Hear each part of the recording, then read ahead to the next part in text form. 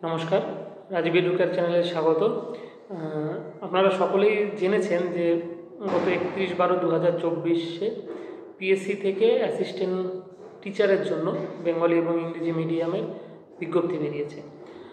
Last এই বিজ্ঞপ্তি 2015 সালে বেরিয়েছিল। সেখান থেকে নিয়োগ হয়েছিল। আমাদের পরিচিত অনেকেই সেই পরীক্ষাতে এখন তারা চাকরি করছেন সেই পরীক্ষা দিয়ে। তাদের সঙ্গে যে কথা বলা, এবং আমিও নিজেও পরীক্ষা দিয়েছিলাম, যদিও সেবার ফর্মের কিছু ভুলের জন্য পরবর্তী সময়ে আমার সেই জায়গাটা পরীক্ষায় বসা হয়নি। পরীক্ষার সমস্ত প্রক্রিয়া করেছিলাম। তো বাকিদের সঙ্গে যে অভিজ্ঞতা, সেই অংশ থেকে আপনাদেরকে এখন অবধি যেটুকু আমাদের জানা সেই অংশটুকু আপনাদের সঙ্গে আমি শেয়ার করছি। যেমন সবথেকে একটা বড় প্রশ্ন যে বিএড বা নন বিএডের ক্ষেত্রে কী হবে। গত বছর কিন্তু নন বিএডরা সুযোগ পেয়েছিলেন, এবছর কিন্তু সেটা হবে না ধরে রাখুন।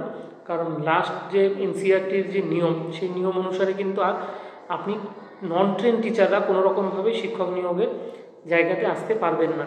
সেই কারণে ট্রেনিংটা মাস্ট লাগবেই, বিএড কমপ্লিট কিন্তু লাগবে অবশ্যই। দ্বিতীয় নম্বর কথা, যারা বিএডের রানিং বিএড রয়েছেন তাদের বিষয়টি কী হবে সেটার জন্য আপনাদেরকে কিছুটা অপেক্ষা করতে হবে বিজ্ঞপ্তির যখন বেরোবে সেই বিজ্ঞপ্তির দিকটাতে। এর আগে আমাদের 100টা এমসিকিউ কোশ্চেন হয়েছিল। সেই 100টি এমসিকিউ কোশ্চেনের মধ্যে উত্তর দিতে হয়েছিল, নেগেটিভ মার্কিং করতে হয়েছিল। সেই সময় যখন 2015 সালের বিজ্ঞপ্তি অনুসারে যে পরীক্ষা হয়েছিল সেই পরীক্ষাতে নেগেটিভ মার্কিং কিন্তু ছিল, এবং পিএসসি নেগেটিভ মার্কিং রাখে। আপনারা যদি পিএসসির ওয়েবসাইটে গিয়ে সার্চ করেন তাহলে আপনারা সেখান থেকে পুরনো বছরের যে সিলেবাস, সেই সিলেবাসটা অবশ্যই পেয়ে যাবেন। আপনাদের যেটা এই মুহূর্তে করা উচিত, যারা এই বিষয় নিয়ে বিএড টিএড কমপ্লিট করে রয়েছে, পিএসসি তাদের ওয়েবসাইটে কবে নোটিফিকেশান দিচ্ছেন সেই অপেক্ষায় বসে না থেকে, যেহেতু একটা নোটিফিকেশান হয়েছে কিছু সিটের জন্য অবশ্যই নিয়োগ হবে, এবং যেহেতু এই একটা শিক্ষক নিয়োগ যেখানে কোনো কেস নেই, সেই কারণে আপনারা কিন্তু এখন থেকেই আরও বেশি বেশি করে পড়তে শুরু করে দিন, এবং যে পুরনো সিলেবাসটা আছে আপনাদের সাবজেক্ট অনুসারে সেই সিলেবাসটাকে ফলো করুন। দেখুন, বেসিক যে কোর এরিয়া, সেই কোর এরিয়ার কিন্তু খুব একটা পরিবর্তন হয় না।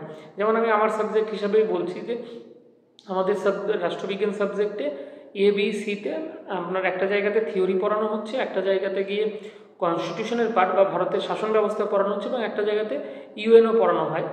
তো এবার কনস্টিটিউশন পার্টের ক্ষেত্রে যদি আমি ধরি যে সিলেবাসের কিছু পরিবর্তন হবে, সেখানে কিন্তু খুব বেশি পরিবর্তন আপনি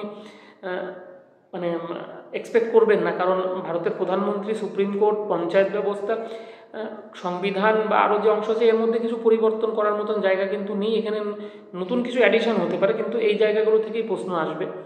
সেরকমভাবে গ্রুপ 1-এও আমাদের যে থিওরি পার্ট আছে সেখান থেকে নতুন করে কিছু আসতে পারে, কিন্তু যেগুলো আছে সেগুলো কিন্তু বেসিক কোর বিষয়গুলোই পুরনো সিলেবাস হিসাবে রাখা আছে। তাই আপনি যে যে সাবজেক্টে পড়েন, এই ক্ষেত্রে একটু বাংলা বা ইংরেজিতে যারা পড়েন তাদের ক্ষেত্রে একটু সমস্যা হলেও হতে পারে, কিন্তু বাকি যাদের কোর বেসের সাবজেক্টরা রয়েছেন, বাকি সাবজেক্টগুলো, তাদের কিন্তু ইমিডিয়েট যে পুরনো সিলেবাসটা আছে 2015 সালে, সেই সিলেবাসটা আপনারা পড়তে পারেন। এই ক্ষেত্রে নতুন করে যেটা বলার সেটা হচ্ছে যে সম্ভবত, এটা এখনও অবধি শিওর নয়, কিন্তু মাঝখানে এসএসসিরও একটা বিজ্ঞপ্তি তারা দিয়েছিলেন। সেই জায়গাটাতে বিজ্ঞপ্তি অর্থাৎ আগামী পরীক্ষা কেমনভাবে হবে বা কী এই বিষয়, বা অন্যান্য জায়গার থেকেও বেশ কিছু পরীক্ষার ক্ষেত্রে আমরা দেখেছি যে সেই সমস্ত জায়গাতে পরীক্ষার ক্ষেত্রে তারা একটা জেনারেল পেপার, যেমন আপনারা নেটসের পরীক্ষা দিয়েছেন, যে ফার্স্ট পেপারের জেনারেল একটা ওভারঅল বিভিন্ন বিষয়ের উপরে আপনার কোশ্চেন হয়, সেই রকম একটা পেপার কিন্তু এক্ষেত্রে থাকলেও থাকতে পারে। শিক্ষক নিয়োগের ক্ষেত্রে এই অ্যাপটিটিউড টেস্টের একটা পেপার কিন্তু আমরা যারা এই বিষয়গুলো নিয়ে দেখছি বা জানতে করছি, তাদের কাছে কিন্তু একটা এক্সপেকটেশন রয়েছে যে জেনারেল পেপার একটা থাকার সম্ভাবনা রয়েছে এবার থেকে। তো এই মুহূর্তে আপনাদের জেনারেল পেপার কি হবে বা হবে না সেই বিষয়ে না ভেবে আপাতত কোর সাবজেক্ট, যেটা আপনার যে সাবজেক্টে বিলং করেন, সেই সাবজেক্টটার প্রতি যদি আপনি আপনার মনোনিবেশটা করেন তাহলে কিন্তু আপনি সেই সময়টা পাবেন। তারপরে যদি আপনি দেখেন যে হ্যাঁ সত্যি ফার্স্ট পেপার আসছে বা কোনো একটা জেনারেল পেপার আসছে, তাহলে তখন তার জন্য প্রিপারেশান নিন।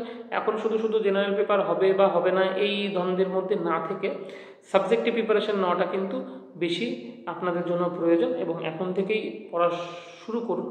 কারণ একটা হিউজ নাম্বার অফ স্টুডেন্ট কিন্তু খুব কম সংখ্যক সিটের জন্য লড়াই করবে, তারপরে কাট অফ মার্কস এক্সপেক্ট করাই যায় অনেকটা বাড়বে এই পরীক্ষার ক্ষেত্রে। এবং পরীক্ষা কবে হবে সেটাও সিওরিটি এখনই দেওয়া যাচ্ছে না, কিন্তু আপনারা যারা একটু ঢিলে ছিলেন যে হ্যাঁ যেহেতু বিজ্ঞপ্তি নেই, তারা কিন্তু ট্র্যাকে ব্যাক করুন।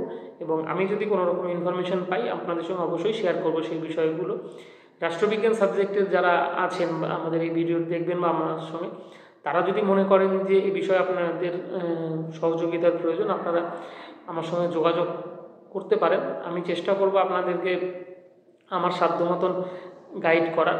সেক্ষেত্রে যদি আপনাদের কোনো রকম আমি গাইড করতে পারি তাহলে আমি অবশ্যই সেটা করব। আপনারা অবশ্যই যোগাযোগ করবেন।